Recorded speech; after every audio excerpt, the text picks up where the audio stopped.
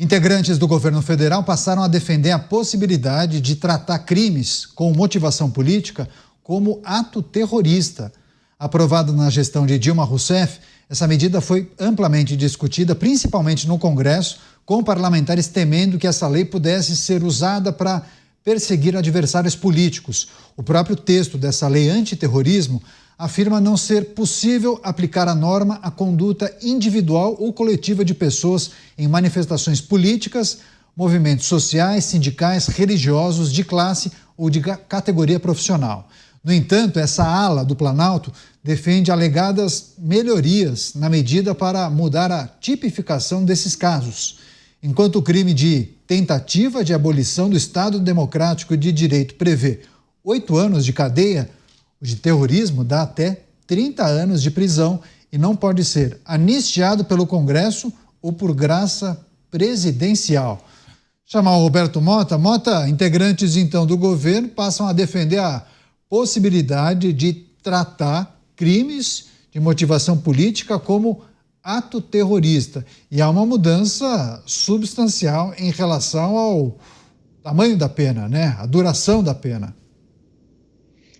A definição de terrorismo é bem clara, né, Caniato? É o uso indiscriminado de violência contra a população em geral com objetivos políticos. Mas o Brasil, quando fez a sua lei antiterrorismo, resolveu inovar e deixou de fora da definição justamente os objetivos políticos. Assim, não faz sentido nenhum, né? O Brasil criou a primeira lei antiterrorismo que não cobre atividades terroristas. E a razão é clara. Os legisladores temiam que essa lei fosse usada contra os manifestantes de esquerda, que frequentemente recorriam à violência. E agora os progressistas querem que a lei seja corrigida. O progressismo pode ser definido como uma ideologia da conveniência. Antigamente, os progressistas tinham 2 frases. Eram 2 slogans, Caniato, que eu cresci ouvindo. Um deles era anistia ampla, geral e irrestrita. Tinha até um plásticozinho que a gente botava no vidro do carro com essa frase. Lógico, essa anistia se referia à anistia dada, que foi dada a todos os que haviam sido condenados por atos de terrorismo ou crimes políticos. Eu acho que é justo dizer que 100% desses eram progressistas. A outra frase que os progressistas adoravam era censura nunca mais. Os censurados naquela época eram todos de esquerda. Agora a maré mudou.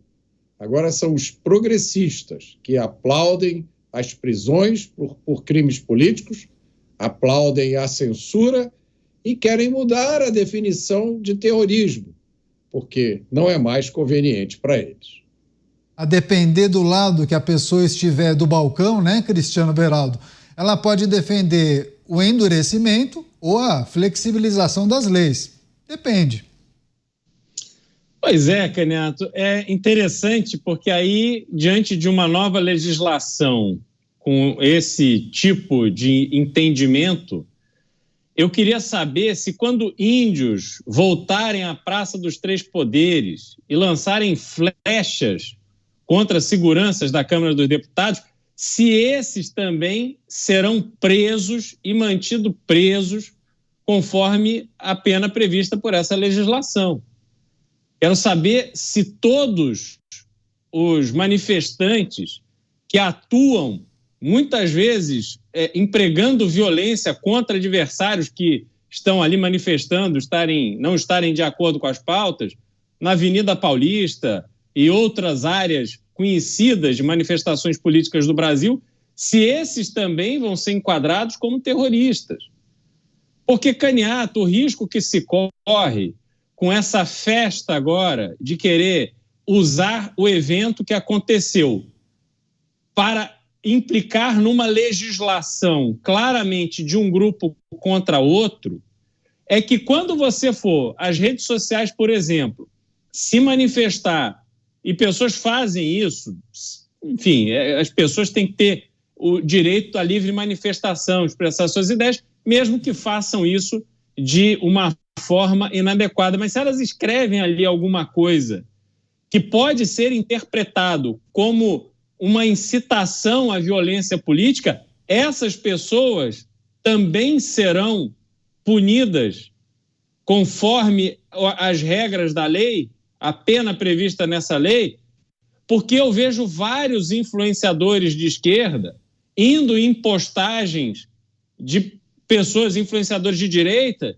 e dizer que querem a morte daquele influenciador. E não é uma nem duas vezes, não. Eu já expressei manifestações de opiniões minhas aqui nos Pingos nos Is que me renderam ameaça de morte em rede social. É um crime político? A minha opinião era política. Pessoas que se opõem à minha opinião política foram lá pedir o meu assassinato. E aí, como é que fica isso? Então, Caniato, abre-se a oportunidade para que esse tipo de legislação seja utilizado realmente conforme a conveniência e não efetivamente de uma maneira isonômica, onde todos, então, terão que agir da mesma maneira, cumprir as mesmas regras. Pois é, inclusive, viu, Dávila, pessoas escrevendo, várias manifestações aqui no nosso chat, uma pessoa escreveu, sim, é preciso mudar a lei até 2026. Depois, só Deus sabe. Você, Dávila. O Mota deu um bom panorama do histórico de leis casuísticas, né? Então, assim, uma época a censura era contra a censura à esquerda, era a favor da anistia, agora que está no poder mudou, né? Mas sabe o que vai acontecer se aprovar uma lei dessa? É fácil, já que movimentos sociais e movimentos da sociedade civil organizados vão estar de fora, vamos criar, então, em vez do MST, o MCT, o Movimento com Terra. Aí todo mundo vai fazer parte do MCT e pode quebrar o que quiser porque é uma questão social. Em vez de você pertencer ao Black Bloc, você vai pertencer ao White Bloc e vai poder quebrar o que quiser, porque isso não é reivindicação social, isso é livre manifestação das pessoas. É de uma ingenuidade achar que você vai passar uma lei dessa e que o sistema vai conseguir abafar a questão das pessoas que querem demonstrar o seu descontentamento com o governo ou com as instituições. É óbvio que vai sempre conseguir. Então é isso. Essa é a lei que vai ser aprovada? Isso aqui é crime político? Então nós vamos nos organizar para criar aqui uma nova ONG e mostrar que nós defendemos isso e nós vamos fazer protesto quando quiser. E se alguém chegar, a gente mostra a carteirinha aqui. Olha, aqui nós somos do MCT, nós somos do White Bloc, nós somos aqui movimentos sociais que estamos reivindicando pautas importantes para a sociedade. Pronto. A hipocrisia não vai a lugar algum, ainda mais essa hipocrisia com esse oportunismo misturado para tentar perseguir somente as pessoas da direita. Não é assim que vai acontecer. Ou acreditamos que o terrorismo é sim uma questão importante e precisa ter uma lei, como o Mota bem disse, o Brasil é o único país que tem uma lei que não serve para punir o terrorismo. Então, assim, ou tem uma lei para punir terroristas e enquadra todos esses como terroristas, ou não tem lei nenhuma. Agora, fazer uma lei de alfaiate sob medida para perseguir gente da direita, é óbvio que isso é um absurdo total. O que vai acontecer é que essas pessoas vão saber reagir a mais uma lei dessa que vai ser aquela lei que não pega, a não ser que a pessoa não entenda o que precisa fazer para se manifestar de uma forma segura, debaixo ou usando de fachada uma ONG. Agora, Mota, quando você traz as suas impressões sobre o atual momento, um momento de anormalidade, o simples fato de ter uma notícia que traz à tona a intenção de integrantes do governo de mudarem a lei antiterrorismo com o objetivo de incluir motivação política, já não demonstra uma ideia ou aponta para uma ideia de que há muita gente que quer sim se utilizar das ferramentas legais, dispositivos do Poder Judiciário para talvez perseguir? Que é uma coisa que a gente está vendo acontecer no mundo inteiro, né, Caniato? Eu já dei várias vezes aqui o exemplo do Donald Trump. É simplesmente inacreditável o que aconteceu nos Estados Unidos da América. Se não fosse a sobriedade da Suprema Corte americana, talvez tivesse acontecido alguma coisa grave nos Estados Unidos. Donald Trump foi perseguido judicialmente, foi demonizado, foi alvo de 3 tentativas de assassinato. O que eu acho mais impressionante, Caniato, desanimador e deprimente, são essas pessoas, políticos e autoridades, que destroem todo o nosso aparato institucional para perseguir os seus inimigos. E eles provavelmente não conhecem nada de história. Me espanta, talvez tenham sido alunos da pedagogia do oprimido, do Paulo Freire, mas são pessoas que provavelmente não leram nenhuma página de história. Porque o que a história mostra é o seguinte: você destrói as instituições para destruir os seus inimigos, mas amanhã a maré muda. Amanhã o que estava em cima desce, e o que está embaixo sobe. E aquelas instituições que você destruiu, que seriam as instituições que iriam te proteger, não existem mais. E aí você se torna vítima da sua própria destruição. Eu acho impressionante como é que as pessoas podem ter uma ideia como essa, né? Nós vamos alterar a lei porque neste momento está bom para a gente e nós vamos atacar os nossos inimigos. E daqui a 2 anos, companheiro, e daqui a 4 anos, e daqui a 10 anos, você pode estar justamente na posição oposta. Se as suas convicções não são boas o suficiente para fazer com que você escolha a coisa certa, você vai ser vítima das suas próprias armações. Isso é o que mais me espanta, Caniato. E eu bato palmas quando eu encontro um adversário, um oponente coerente com as suas convicções. É um socialista, um progressista que realmente acredita naquilo que ele faz. E eu fiz uma postagem ontem no X, respondendo, eu vi uma postagem de uma pessoa que eu não conheço, mas é colunista de um site, e dei uma declaração que para manter a coerência, para evitar o mal no mundo, ele está saindo do X, fechando a sua conta. E eu aplaudi. E aí eu fiz a seguinte postagem: parabéns ao esquerdista coerente, que decidiu abandonar o X. Agora falta abandonar o celular, o computador e a internet. Coragem, meu amigo esquerdista. O seu exemplo é essencial. Abandone essas plataformas capitalistas selvagens opressoras.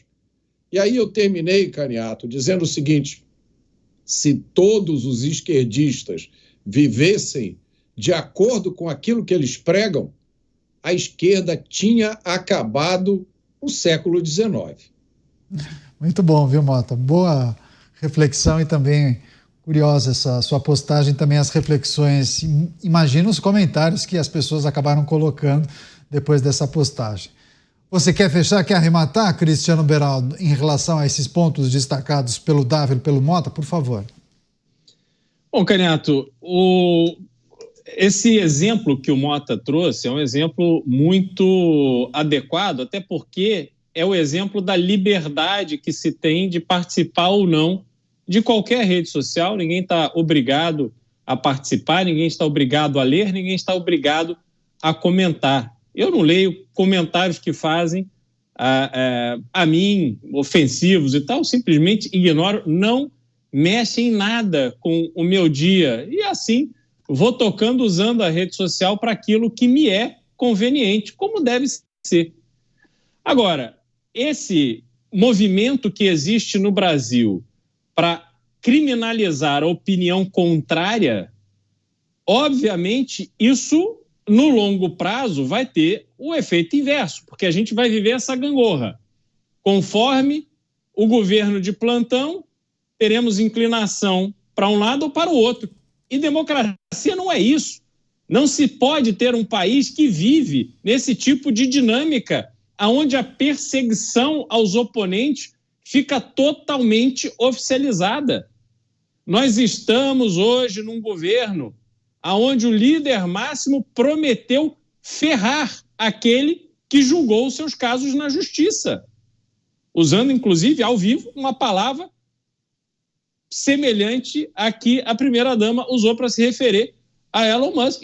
Então, assim, esse é o clima do Brasil hoje. A gente não pode se iludir, até porque essa lei antiterrorismo que tem no mundo inteiro, ela é praticada para um contexto de atuação completamente diferente do contexto de atuação que temos no Brasil. Nós não podemos sequer imaginar que vamos resolver o problema que temos hoje simplesmente baseado num tipo de legislação inspirada em Israel, na França, nos Estados Unidos, porque o problema aqui é outro, é completamente diferente. Então, assim, a gente está vivendo esse universo da narrativa e não há como o resultado disso ser positivo. Nós vamos simplesmente ficar perdendo tempo e piorando a situação institucional do Brasil enquanto a gente mantém essa dinâmica, Caniato, de lidar com a situação que estamos enfrentando. Pois é, vou passar para o Dávila, vai fazer o último comentário em relação a essa pauta, mas Dávila, pessoas aqui da nossa audiência lembraram, inclusive é importante a gente compartilhar isso, que um grande jornal, um jornal muito conhecido, sediado no Rio de Janeiro, publicou hoje um editorial do grupo de comunicação, dizendo que a lei antiterrorismo deveria abarcar, deveria incluir também os crimes com motivação política. Mas óbvio que a gente também tem que trazer as reflexões e análises acerca de um movimento que muitos identificam de que figuras ligadas a governos se utilizariam de dispositivos legais para perseguir opositores, né? E a gente observa isso em vários outros países, né? Países não tão democráticos assim. Não existe esse risco, esse perigo, se a gente trouxer para a nossa realidade, Dávila? Existe, Caniato. Por isso que nós temos de lutar pela democracia com as armas da democracia. Agora, você não pode dizer que é um democrata e apoiar a censura. Você não pode dizer que é um democrata e apoiar medidas autoritárias. Você não pode dizer que é um democrata e achar que pode ter inquérito por tempo indeterminado e sigiloso condenando as pessoas e simplesmente dizer que precisamos de regras excepcionais em momentos excepcionais. Isso não é ser democrata. Ser democrata é combater o radicalismo, combater esses problemas, mas usando as regras da própria democracia. Ué, não acreditamos na lei? Não acreditamos no Código Penal? Não acreditamos na legislação existente? Então vamos cumprir a legislação existente para condenar as pessoas, arruaceiros, pessoas que cometeram crimes. Agora, não vamos apelar para medidas excepcionais para dizer que o momento político, que é quando se faz um ataque às instituições democráticas, nós temos de apelar para atitudes arbitrárias. Isso é um absurdo total. Isso mostra que, na verdade, você não é uma pessoa que honra a democracia. Você é uma pessoa que gosta da democracia de fachada, porque, no fundo, o que a pessoa quer é justamente usar o poder arbitrário como uma pitada de democracia.